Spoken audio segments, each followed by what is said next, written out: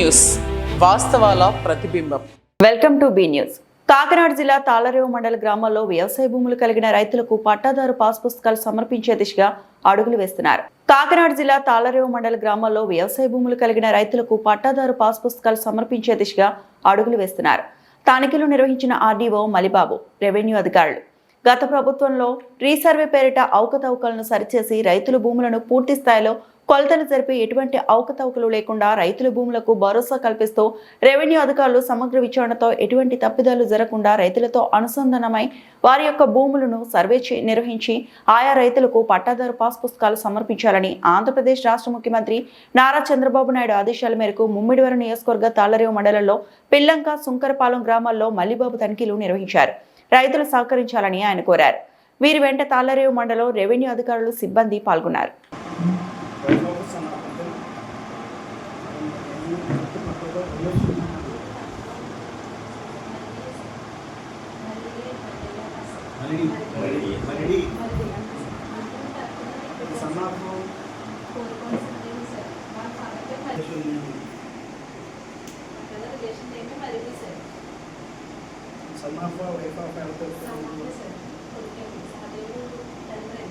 సాగి ఉమాదేవి సుబ్రహ్మణ్య నేను ఎలా చెప్తాను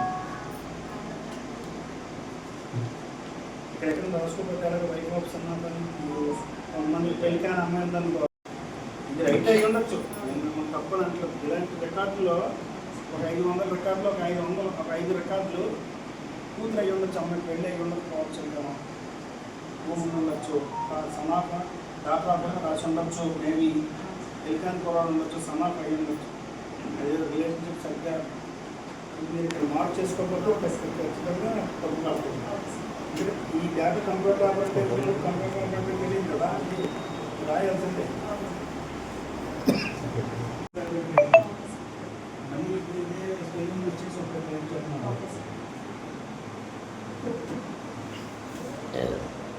సన్నారు వైపు కంపల్సరీ రాసుకోవాలి.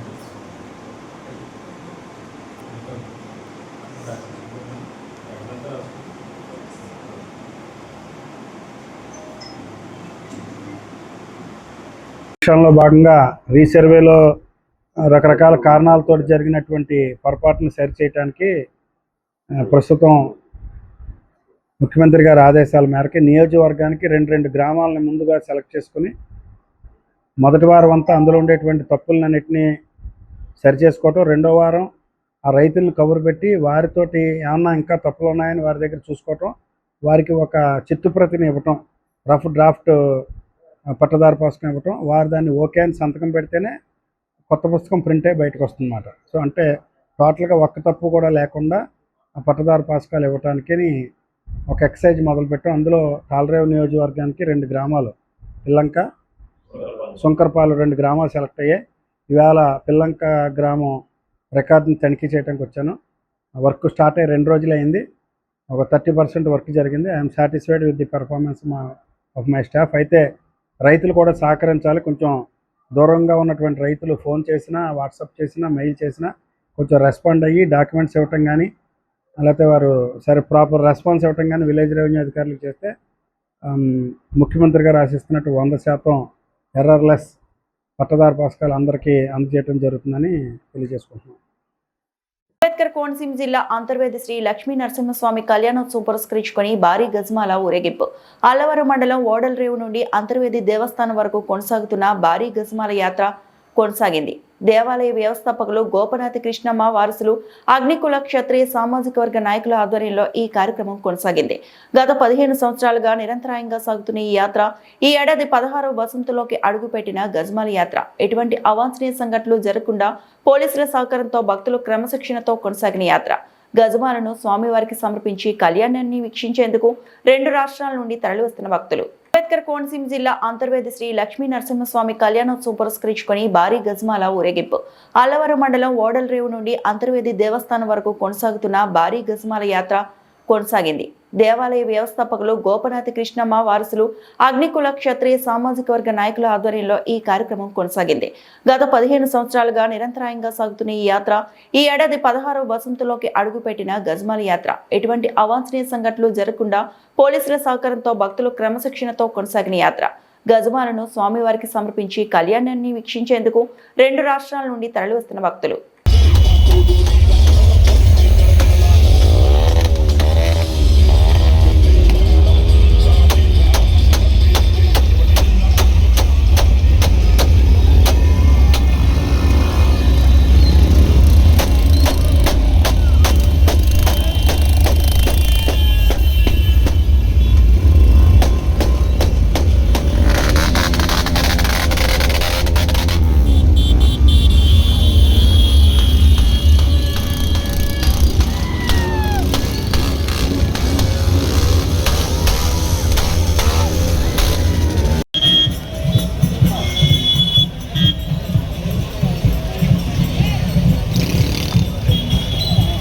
ఎలాగో వెనక్కి రండి.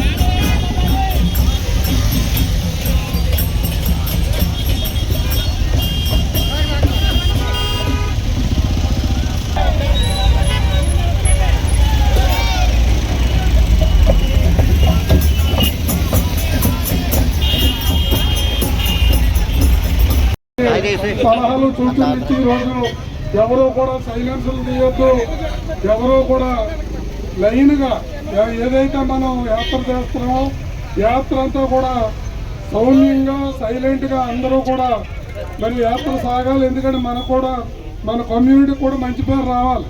ఎందుకంటే మనం సైలెన్సర్లు ఇప్పేసి ఏదో మందు తాగేసి అడవిడి చెప్తే బయట బ్యాడ్గా చెప్పుకుంటున్నారు కమ్యూనిటీ గురించి. కాబట్టి సోదరులందరూ కూడా ఈ యాత్రలో పాల్గొని అంతర్వేది వరకు సుదీర్ఘంగా సాయంత్రం 6 గంటలకి మనం టెంపుల్కి అందే విధంగా ఈరోజు యాత్ర కొనసాగుతుంది. ఇప్పటికే లేట్ అయింది. మనం నిర్మాత వారసులండి.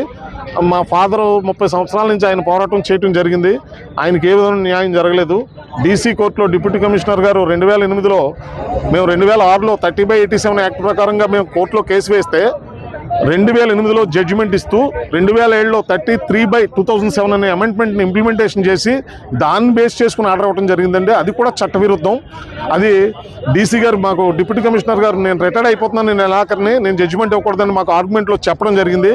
సో మీరు ట్రిబ్యునల్కి వెళ్ళండి అని చెప్పేసి మాకు రాంగ్ డైరెక్షన్ చేస్తూ ఆయన రిటైర్డ్ అయిపోయి పాత డేట్ వేసి జూన్ 17వ తారీఖు డేట్ వేసి ఆయనకి ఆర్డర్ అవ్వడం జరిగింది. అది ఎలాగిచ్చారు ఏంటి అనేది మాకు జడ్జిమెంట్ జరగకుండా ఆయనకి ఆర్డర్ తెచ్చుకున్నాడు ఆయన అల్లూరు కృష్ణరాజు గారు.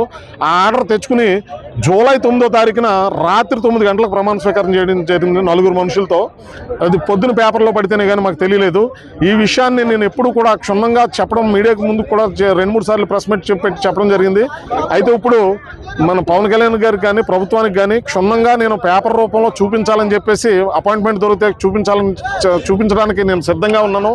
అదేవిధంగా ఏదైతే ఆలయ నిర్మాత కొప్పనాథ కృష్ణం గారు ఇచ్చినటువంటి ఆస్తులు ఆభరణాలు అన్యాక్రాంతం అవుతూ మరి అక్కడ ఆ ఆస్తులు ఉన్నాయా ఆభరణాలు ఉన్నాయా అవన్నీ మార్పులు చేర్పులు జరిగిపోయినాయి అని చెప్పేసి కూడా ఎండోమెంట్ డిపార్ట్మెంట్ వారితో పొలిటీషియన్స్ ఆ అల్లూరు కృష్ణరాజు తారుమారు చేశారని చెప్పేసి కూడా మాకు చాలామంది భక్తులు వినికిడి. అయితే ఏదైతే ఇప్పుడు అక్కడ గోల్డ్ అండ్ సిల్వర్ అప్రైజ్మెంట్ రిజిస్టర్ని ఒక్కసారి పరిశీలన చేసి అలాగే అండర్ సెక్షన్ 38 రిజిస్టర్లో పొందుపరిచి ఉన్నటువంటి ఏదైతే వాస్తవాలు ఉన్నాయో దాన్ని బేస్ చేసుకుని మేము అక్కడ వాస్తవంగా మేము కోపనాథ కృష్ణమ్మ గారు ఆలయాన్ని నిర్మించి ఉండి ఆ ఆస్తులు దానాలు ఆభరణాలు మేము ఇచ్చి ఉంటేనే మాకు న్యాయం చేయమని చెప్పేసి కూడా ఈ ప్రభుత్వాన్ని కోరడం జరుగుతుంది. అటువంటప్పుడు ఆ యొక్క రిజిస్టర్లను ఒకసారి పరిశీలన చేసి ఏదైతే ఇప్పుడు పవన్ కళ్యాణ్ గారు రావడం జరుగుతుంది 30వ తారీఖుని ఆయనకు కూడా కోరుతున్నాం మేము. ఆయన కూడా మా యొక్క ఆవేదన విందామని చెప్పేసి కూడా అనుకుంటున్నారు. ఇప్పుడు ఆయన కనుక విని మాకు ఆయన అపాయింట్మెంట్ కనుక మాకు దొరికితే కనుక తప్పనిసరిగా మేము ఆయన ముందు విన్నవించుకుని ఈ యొక్క సమస్యను పరిష్కరిస్తారని ఈ కూటమి ప్రభుత్వంలోనే సరే మాకు న్యాయం జరుగుతుందని ఆశాభావంతో మేము అందరూ యావత్ తెలుగు రాష్ట్రాలు 2 రాష్ట్రాల్లో అగ్నివల్లి కుల క్షత్రియులు అలాగే హైందవ ధార్మిక సంఘాలు ఎన్నో ఉన్నాయి. ఆల్ హిందూస్ అందరూ కూడా ఎప్పుడా అని ఎదురు చూస్తూ ఉన్నారు. ఈ యొక్క సమస్యకి ఎప్పుడు ఫుల్ స్టాప్ పెడతారా, వాళ్ళకి ఎప్పుడు ఆ ఫ్యామిలీకి న్యాయం జరుగుతుందా, ఇక్కడ అన్యాయం జరుగుతుంది, నకిలీ ఫౌండర్ ఇక్కడ కొనసాగుతున్నారు, అలాగే అందువల్ల ఇక్కడ ఆస్తులు ఆభరణాలు అన్యక్రాంతం అవుతున్నాయి. సో అటువంటప్పుడు ఆ యొక్క కుటుంబ ఏదైతే సుప్రీంకోర్టు ఇచ్చిన జీవో ఉందో ఆలయ ఆస్తులు కానీ ఆభరణాలు కానీ కాపాడాలంటే ఏదైతే ఫౌండర్ గుడి ఆలయాన్ని నిర్మించి ఉన్నారో వాళ్ళ ఫ్యామిలీ మెంబర్స్కి ఇస్తేనే అది ఆ ఆస్తులు అన్యాక్రాంతం అవ్వకుండా చూడే పరిస్థితి ఉంటుందని చెప్పేసి మరి న్యాయస్థానం సుప్రీంకోర్టు మరి ఇవ్వటం జరిగింది. మరి అదే విధంగా మాకు ఆ న్యాయం జరుగుతుందని ఆ జీవో ప్రకారం ఆ 30/87 యాక్ట్ ప్రకారంగా మాకు జడ్జిమెంట్ వస్తుందని చెప్పేసి ఆశతో ఎదురు చూస్తూ నేను సెలవు కాకినాడ జిల్లా జగ్గంపేట వచ్చే నెల ఫిబ్రవరి 7, 8, 9 తేదీల్లో జగ్గంపేట మండలం ఇరిపాక గ్రామంలో దైవ కార్యక్రమాలు నిర్వహిస్తున్నట్లు జగ్గంపేట ఎమ్మెల్యే టీటీడీ బోర్డు సభ్యులు జ్యోతుల నెహ్రూ తెలిపారు. ఇరిపాక గ్రామంలో వేంచేసి ఉన్న శ్రీదేవి భూదేవి సమేత మల్లికార్జున స్వామి భ్రమరాంబికాదేవి ఆలయాల వద్ద ఫిబ్రవరి 7వ తేదీన తిరుమల దేవస్థానం ఆధ్వర్యంలో శ్రీనివాస కళ్యాణం నిర్వహించనున్నట్లు టీటీడీ బోర్డు సభ్యులు ఎమ్మెల్యే జ్యోతులు తెలిపారు. ఈ సందర్భంగా ఎమ్మెల్యే జ్యోతుల నెహ్రూ మీడియాతో మాట్లాడుతూ ఫిబ్రవరి 7వ తేదీన తిరుమల దేవస్థానం నుంచి ఉత్సవ విగ్రహాలు తీసుకొచ్చి శ్రీనివాస కళ్యాణం నిర్వహించడం జరుగుతుందన్నారు. కాకినాడ జిల్లా జగ్గంపేట వచ్చే నెల ఫిబ్రవరి 7, 8, 9 తేదీల్లో జగ్గంపేట మండలం ఇరిపాక గ్రామంలో దైవ కార్యక్రమాలు నిర్వహిస్తున్నట్లు జగ్గంపేట ఎమ్మెల్యే టీటీడీ బోర్డు సభ్యులు జ్యోతుల నెహ్రూ తెలిపారు. ఇరిపాక గ్రామంలో వేంచేసి ఉన్న శ్రీదేవి భూదేవి సమేత మల్లికార్జున స్వామి భ్రమరాంబికాదేవి ఆలయాల వద్ద ఫిబ్రవరి 7వ తేదీన తిరుమల దేవస్థానం ఆధ్వర్యంలో శ్రీనివాస కళ్యాణం నిర్వహించనున్నట్లు టీటీడీ బోర్డు సభ్యులు ఎమ్మెల్యే జ్యోతులు తెలిపారు. ఈ సందర్భంగా ఎమ్మెల్యే జ్యోతుల నెహ్రూ మీడియాతో మాట్లాడుతూ ఫిబ్రవరి 7వ తేదీన తిరుమల దేవస్థానం నుంచి ఉత్సవ విగ్రహాలు తీసుకొచ్చి శ్రీనివాస కళ్యాణం నిర్వహించడం జరుగుతుందన్నారు.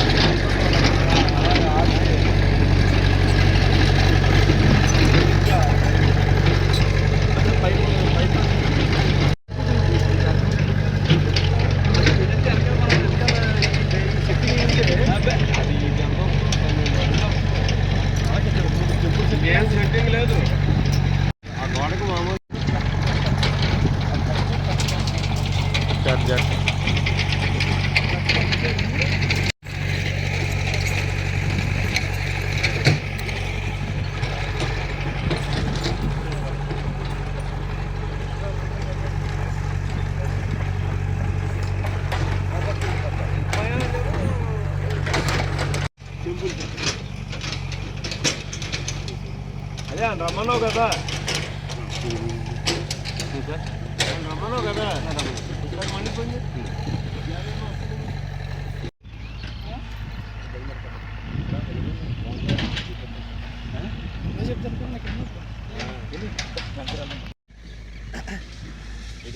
తీసుకుంటారా చూచేస్తున్నారా కెమెరా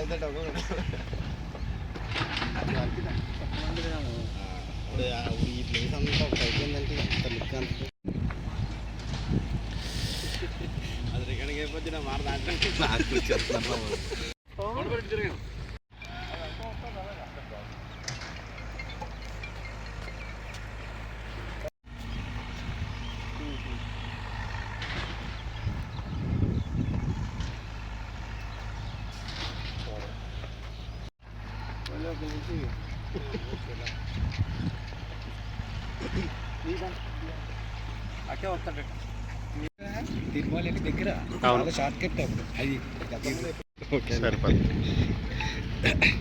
ఫిబ్రవరి 7వ తారీఖు నుంచి 8వ తారీఖు 9వ తారీఖు ఏదైతే జగ్గంపేట మండలం ఇరుపా గ్రామంలో వేంచేసి ఉన్నటువంటి శ్రీ వెంకటేశ్వర శ్రీదేవి భూదేవి సమేత అలాగే మల్లికార్జున స్వామి బ్రహ్మరాంబికాదేవి ఆలయాలు ఉన్నాయో ఆలయ ప్రాంగణంలో 7వ తారీఖుని శ్రీనివాస కళ్యాణం తిరుమల దేవస్థానం నుంచి ఉత్సవ విగ్రహాలను తీసుకొచ్చి సంస్థ ఏర్పాట్లు వాళ్ళు చేసుకుని శ్రీనివాస కళ్యాణం ఏర్పాటు చేయడం జరుగుతుంది. సాయంత్రం 7 గంటలకి శ్రీనివాస కళ్యాణం ప్రారంభమవుద్ది 7వ తారీఖున. 7 గంటల నుంచి 10 గంటల వరకు కూడా కార్యక్రమం ఉంటుంది. ముఖ్య అతిథులుగా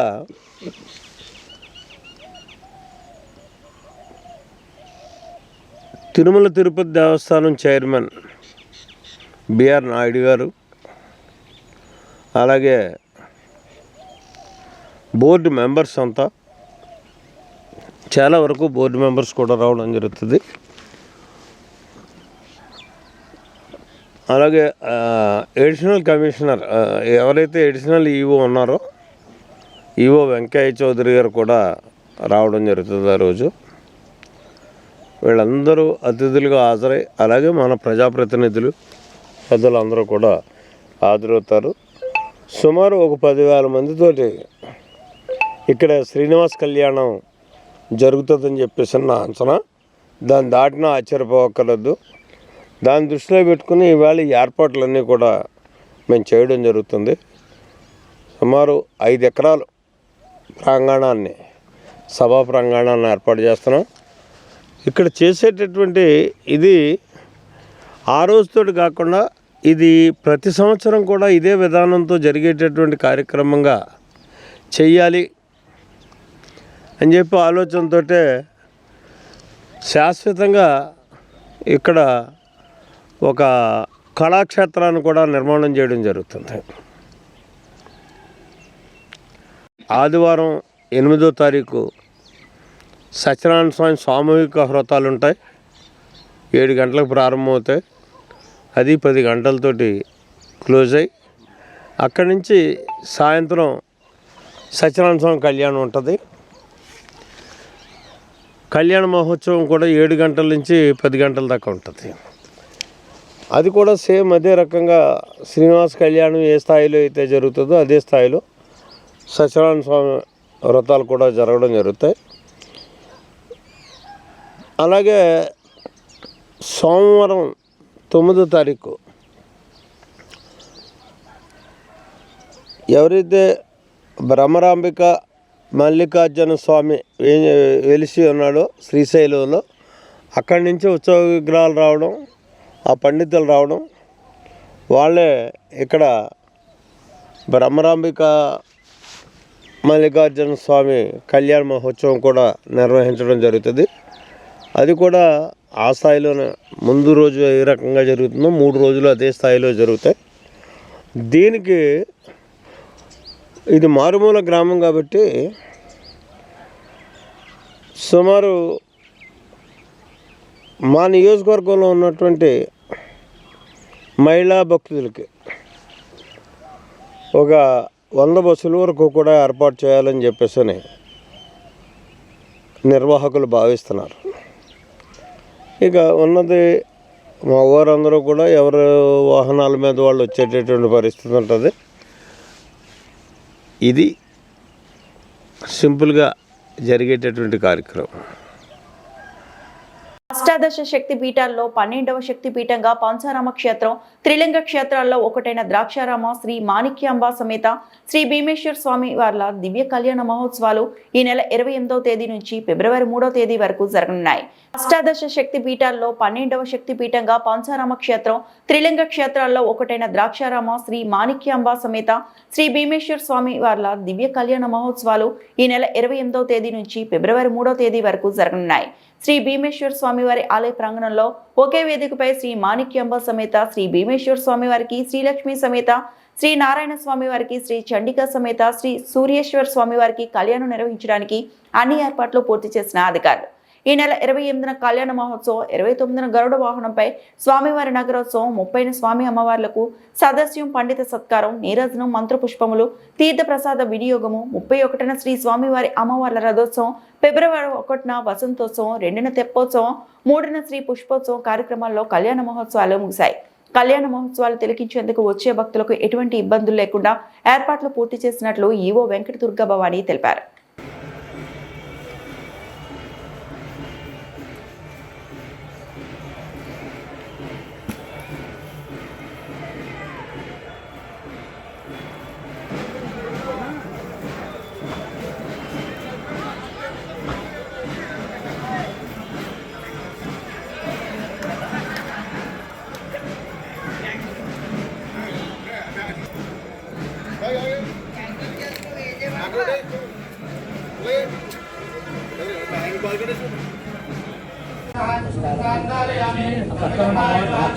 नमः ओम दिव्याय नमः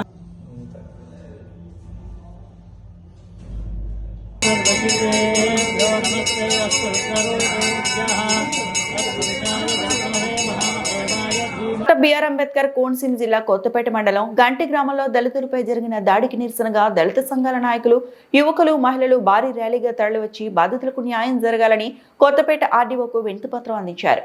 వినతిపత్రం ఇచ్చేందుకు ర్యాలీగా తరలివచ్చిన సమయంలో దళితులపై అక్రమ కేసులను అరికట్టాలని, దళితులపై అక్రమ కేసులు కట్టాలని, ఎస్ఐ, సిఐ, డిఎస్పీలను సస్పెండ్ చేయాలని, ఎస్ఐసిఐ డౌన్ డౌన్ అంటూ నినాదాలు చేశారు. బిఆర్ అంబేద్కర్ కోనసీమ జిల్లా కొత్తపేట మండలం గంటి గ్రామంలో దళితులపై జరిగిన దాడికి నిరసనగా దళిత సంఘాల నాయకులు, యువకులు, మహిళలు భారీ ర్యాలీగా తరలివచ్చి బాధితులకు న్యాయం జరగాలని కొత్తపేట ఆర్డీఓకు వినతిపత్రం అందించారు.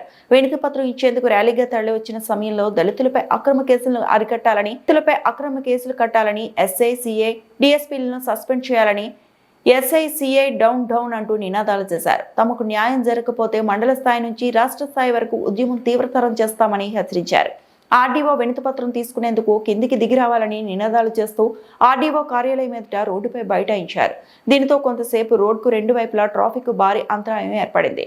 ఈ సంఘటనతో అక్కడ ఉద్రిక్త వాతావరణం నెలకొంది. ఎట్టకేలకు కొంత సమయం తర్వాత ఆర్డీఓ దిగి రావడంతో వినతిపత్రం అందజేసి తమకు న్యాయం జరిగేలా చూడాలని డిమాండ్ చేశారు.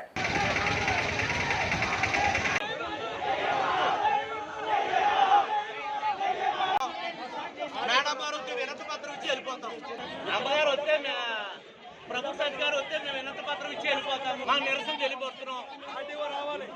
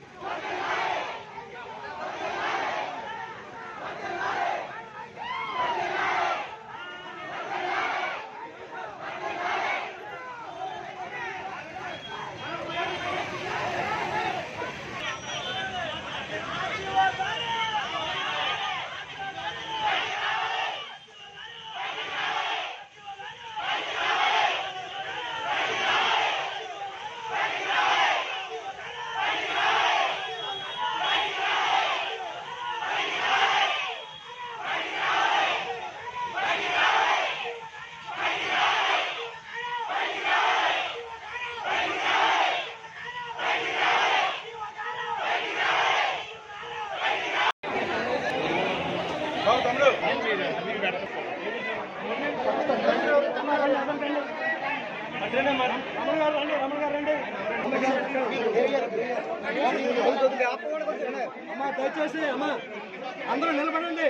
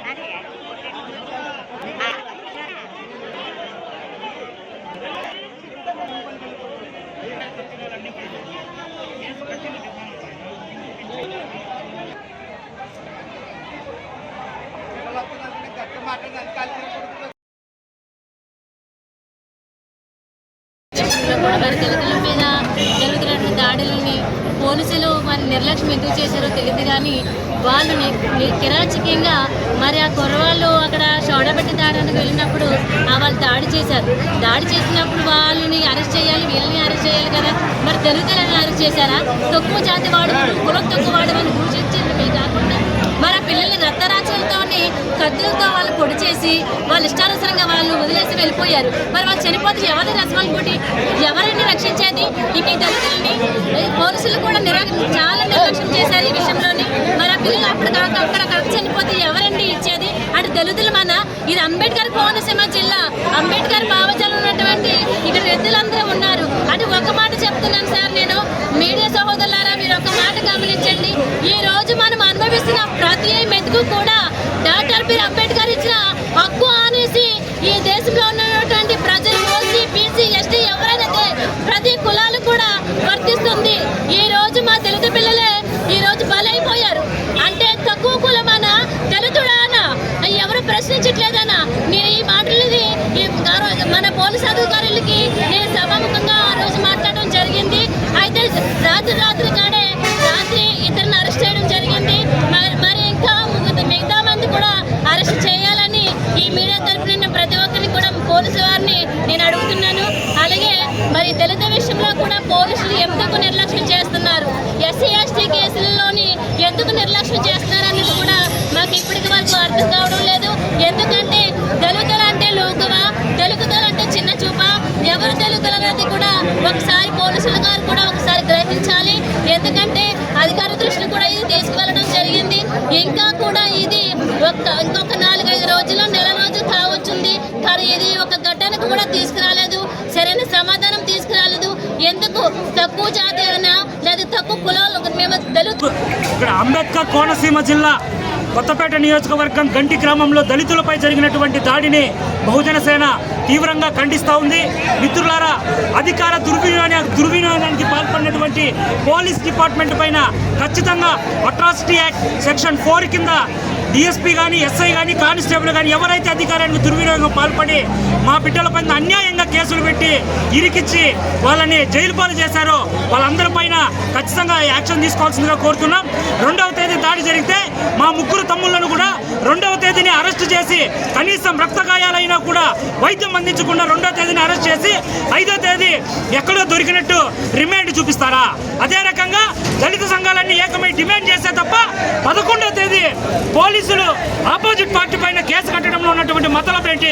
అంటే 2వ తేదీలో కూడా నువ్వు 2 పార్టీల వైపు కూడా కేసు కట్టచ్చు కదా. 11వ తేదీ కట్టడంలో ఉన్నటువంటి ఆంతర్యం ఏంటి? నీ దౌర్భాగ్యపు దొంగ బుద్ధి ఏంటి అనేది సమాధానం చెప్పాలి. ఎస్పీ గారు ఖచ్చితంగా దీని మీద సత్వరమే చర్యలు తీసుకోవాలని చెప్పేసి డిమాండ్ చేస్తున్నాం. లేని పక్షంలో చలో విజయవాడ పేరుతో రాష్ట్ర వ్యాప్తంగా దళితులపై జరుగుతున్న దాడుల పట్ల పెద్ద ఎత్తున ప్రజా సంఘాలు, దళిత సంఘాలు అన్ని ఏకమై మీ మీద తిరుగుబాటు తప్పదని ఈ సందర్భంగా తెలియజేస్తున్నాం. అంబేద్కర్ కోనసీమ జిల్లా కొత్తపేట మండలం గంటిలో గత నెల 2వ తేదీన దళితుల మీద ఆ గ్రామ కాపులు దాడి చేసి విశిక్షణరహితంగా కత్తులతో రాటులతో దాడి చేసి పట్టడం జరిగింది. ఈ విషయంలో మన కొత్తపేట ఎస్ఐ గారు ఎవరైతే బాధితులు దెబ్బలు తిన్నారో దళితులు మాలలు వారిని తీసుకెళ్ళి వారిని విశిక్షణరహితంగా కొట్టి వారి మీదే కేసులు పెట్టి వారిని జైలు పంపించడానికి చాలా దుర్మార్గం. మేము మాల మహానాడు దళిత సంఘాలు ప్రజా సంఘాల తరఫున ఒకటే చెప్తున్నాము, ఈ యొక్క ఎస్ఐ కొత్తపేట ఎస్ఐ సిఐని వెంటనే సస్పెండ్ చేయాలని ఉన్నతాధికారులు డిమాండ్ చేస్తూ ఉన్నాం. ఎందుచేతంటే వీరు బాధితులైన వారి మీద దౌర్జన్యం చేసి వారిని మళ్ళీ కొట్టడం అనేది చట్ట ప్రకారంగా నేరం. పోలీస్ స్టేషన్లో పోలీసు వారు లాంటి ఆర్డర్ తీసుకోవడం నేరం. అందుకోసమని కొట్టారు కాబట్టి, అంతేకాకుండా అగ్రవర్ణాల దగ్గర డబ్బులు తీసుకుని అధిక మొత్తంలో వారి కొమ్ము కాసి మళ్ళా ఏదో దళితుల్ని మన రాజమండ్రి సెంటర్కి పంపించారు. ఇప్పటివరకు కూడా మనకు బెయిల్ రాకుండా చేశారు. మేము ఒకటే డిమాండ్ చేస్తూ ఉన్నాం, అగ్రవర్ణాలు కూడా దాడి చేశారు కాబట్టి వారి మీద 307 కేసు పెట్టాలి, వారిని కఠినమైన శిక్షలు విధించాలి. అంతేకాకుండా వారి పైన చట్టపరమైన చర్యలు తీసుకుని గంటి దళితులకు న్యాయం చేయాలని డిమాండ్ చేస్తూ ఉన్నాం. జైపీ అంబేద్కర్ కోనసీమ జిల్లా ముమ్మడివరం నియోజకవర్గ పరిధిలో అన్నంపల్లి టోల్ ప్లాజా వద్ద ఘోర ప్రమాదం చోటు చేసుకుంది. ఆర్టీసీ బస్సులో ప్రయాణిస్తున్న ఇంటర్ విద్యార్థి తల బయటకు పెట్టడంతో టోల్ ప్లాజా వద్ద ఉన్న గడ్డర్ తలకు బలంగా తగిలి అక్కడికక్కడే తీవ్ర గాయాల పాలై మృతి చెందాడు. వివరాల ప్రకారం టోల్ ప్లాజా సమీపంలో లక్ష్మీ అంబేద్కర్ కోనసీమ జిల్లా ముమ్మడివరం నియోజకవర్గ పరిధిలో అన్నంపల్లి టోల్ ప్లాజా వద్ద ఘోర ప్రమాదం చోటు చేసుకుంది. ఆర్టీసీ బస్సులో ప్రయాణిస్తున్న ఇంటర్ విద్యార్థి తల బయటకు పెట్టడంతో టోల్ ప్లాజా వద్ద ఉన్న గడ్డర్ తలకు బలంగా తగిలి అక్కడికక్కడే తీవ్ర గాయాల పాలై మృతి చెందాడు. వివరాల ప్రకారం టోల్ ప్లాజా సమీపంలో లక్ష్మీదేవి లంక గ్రామానికి చెందిన సోంపల్లి వెంకట రవీంద్ర అమలాపురంలో నారాయణ జూనియర్ కళాశాలలో చదువుతున్నాడు. ప్రతిరోజులాగే ఆర్టీసీ బస్సులో కళాశాలకు వెళ్తున్న సమయంలో అన్నంపల్లి టోల్ ప్లాజా వద్ద ఆనుకొని ప్రమాదం చోటు చేసుకుంది. బస్సు ప్రయాణంలో తల బయటకు పెట్టిన క్షణంలో ప్లాజా గడ్డర్ తలకి తగిలి తీవ్రంగా గాయపడ్డాడు. ప్రమాదం జరిగిన వెంటనే సహా ప్రయాణికులు స్థానికులు అప్రమత్తమై విద్యార్థిని అమలాపురంలో కిమ్స్ ఆసుపత్రికి తరలించారు. అయితే అప్పటికే విద్యార్థి మృతి చెందినట్లు వైద్యులు నిర్ధారించారు. ఈ ఘటనతో మృతుడి కుటుంబంలో విషాద ఛాయలు అలుముకున్నాయి. ఒక్కసారిగా జరిగిన ఈ ప్రమాదం గ్రామంలో తీవ్ర విషాదాన్ని నింపింది. ఘటనపై సమాచారం అందుకున్న పోలీసులు కేసు నమోదు చేసి దర్యాప్తు చేపట్టారు. ప్రయాణికులు బస్సులో ప్రయాణిస్తున్నప్పుడు తల చేతులు బయటికి పెట్టకుండా జాగ్రత్తలు తీసుకోవాలని అధికారులు సూచిస్తున్నారు.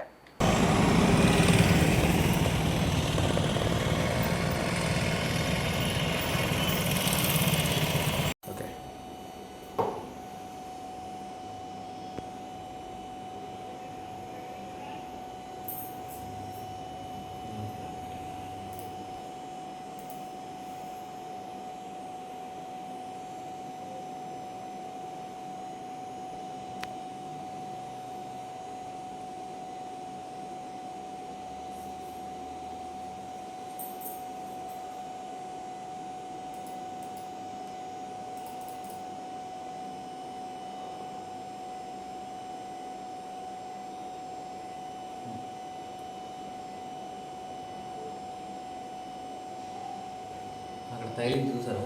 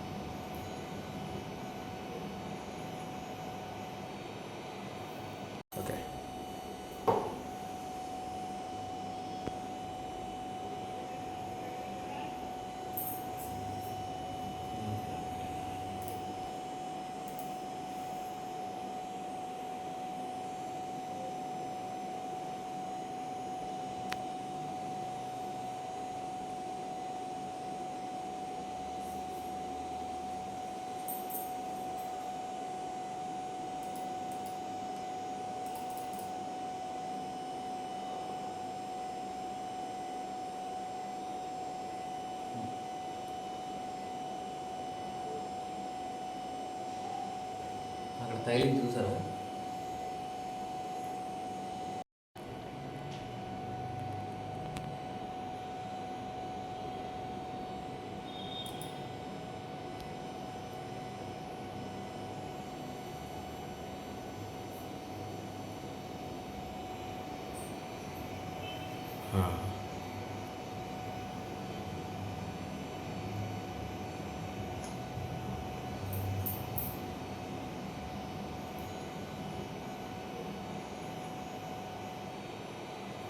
తిరుమలలో ఉద్యోగ భవిష్య నిధి ద్వారా లబ్ధి పొందుతున్న ఉద్యోగుల సమస్యల సత్వర పరిష్కారం కోసం నిధి ఆప్కే నికత్ కార్యక్రమం చేపట్టినట్లు తిరుమలలో ఉద్యోగ భవిష్య నిధి ద్వారా లబ్ధి పొందుతున్న ఉద్యోగుల సమస్యల సత్వర పరిష్కారం కోసం నిధి ఆప్కే నికత్ కార్యక్రమం చేపట్టినట్లు కాకినాడ ఈపీఎఫ్ ఎన్ఫోర్స్మెంట్ అధికారి జె రాజేష్ కుమార్ అన్నారు.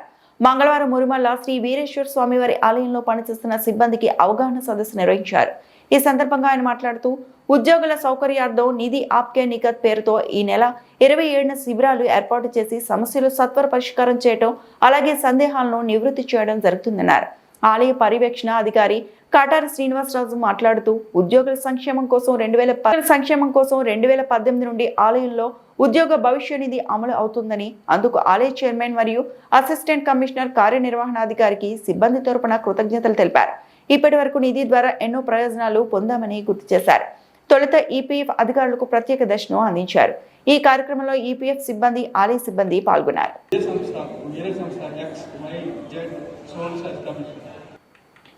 ఈ వార్తలు ఇంతటితో సమాప్తం.